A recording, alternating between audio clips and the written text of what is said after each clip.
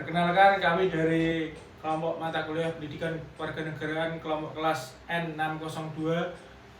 Nama saya Firza Arif Ramadan dengan NIM B11 2021 06870. Nama saya Muhammad Cakranadi dengan NIM B11 2021 06872.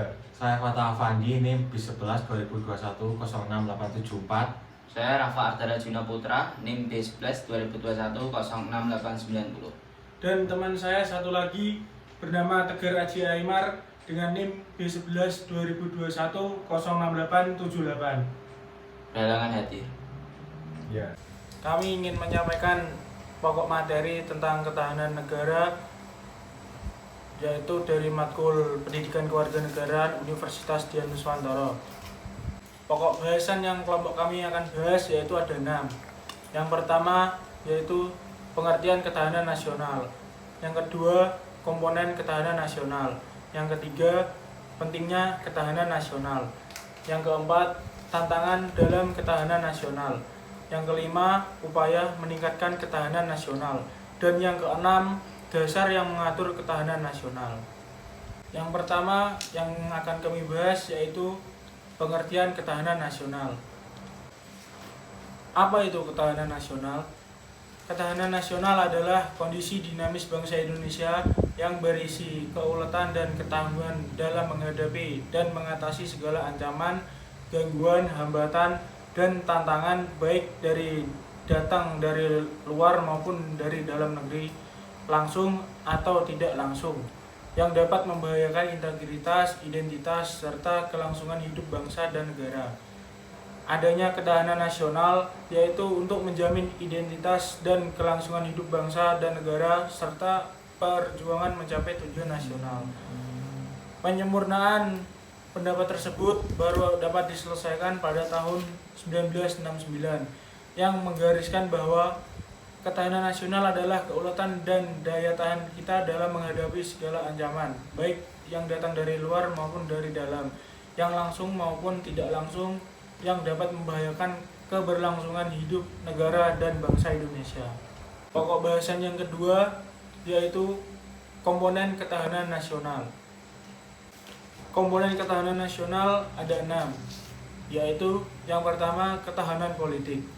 Ketahanan nasional yang berkaitan tentang kestabilan politik dalam negeri maupun luar negeri yang dapat mempertahankan hak dan mensejahterakan kepentingan negara. Yang kedua, ketahanan ekonomi. Ketahanan nasional yang berkaitan dengan kemandirian ekonomi, keberlanjutan sumber daya, dan stabilitas ekonomi negara yang dapat membangun kekuatan dalam ketahanan negara. Yang ketiga, ketahanan sosial.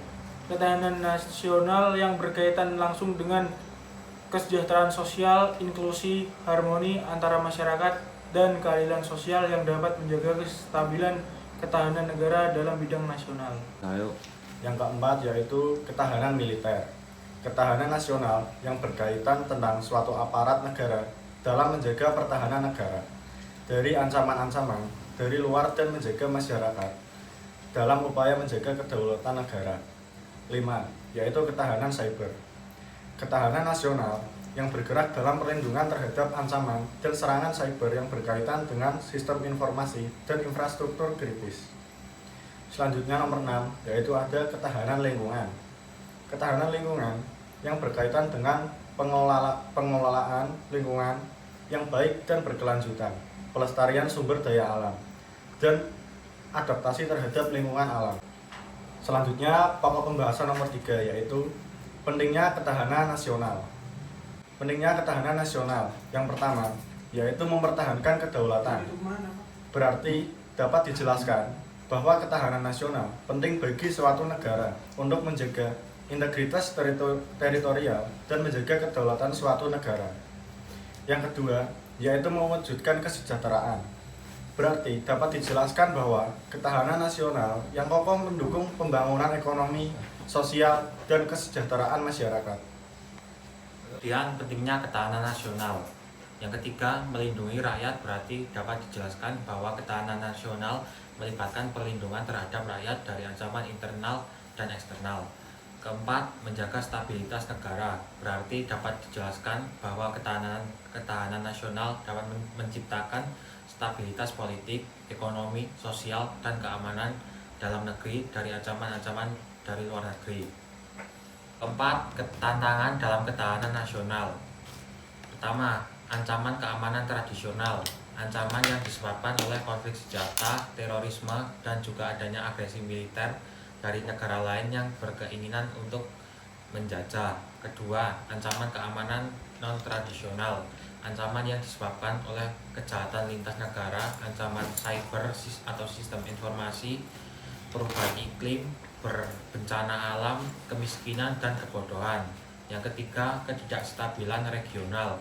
Ancaman yang disebabkan karena adanya konflik di wilayah sekitar, ketegangan politik, dan persaingan antar negara yang dapat memicu konflik antar negara. Upaya meningkatkan ketahanan nasional. Yang pertama, pembangunan pertahanan yang cukup. Artinya negara harus meningkatkan kapabilitas militer dan pertahanan guna melindungi kepentingan nasional. Yang kedua, kerjasama internasional. Artinya negara harus bekerjasama dengan negara-negara lain atau berkolaborasi dengan negara lain untuk mengatasi tantangan bersama dan memperkuat pertahanan kolektif. Yang ketiga, pengembangan SDM. Artinya, negara harus mampu meningkatkan kualitas dan keterampilan sumber daya manusia dalam berbagai bidang untuk pengembangan kualitas negara.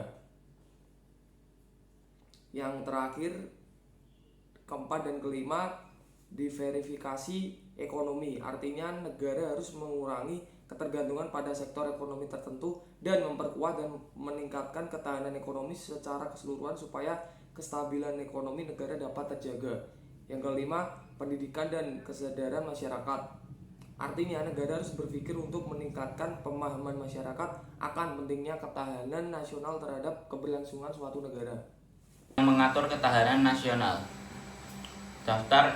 Dasar yang mengatur ketahanan nasional. Yang pertama, UUD 1945 pasal 7 ayat 3 yang menyatakan bahwa setiap warga negara berhak dan wajib ikut serta dalam upaya pembelaan negara.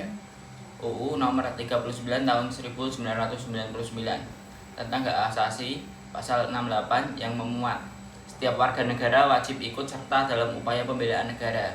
Yang ketiga, UUD 1945 pasal 10 ayat 1 dan 2 yang menyatakan bahwa tiap-tiap warga negara berhak dan wajib ikut serta dalam usaha pertahanan dan keamanan negara. Dan usaha pertahanan dan keamanan negara dilaksanakan melalui sistem pertahanan dan keamanan rakyat semesta oleh TNI dan Polri sebagai kekuatan utama dan rakyat sebagai kekuatan pendukung.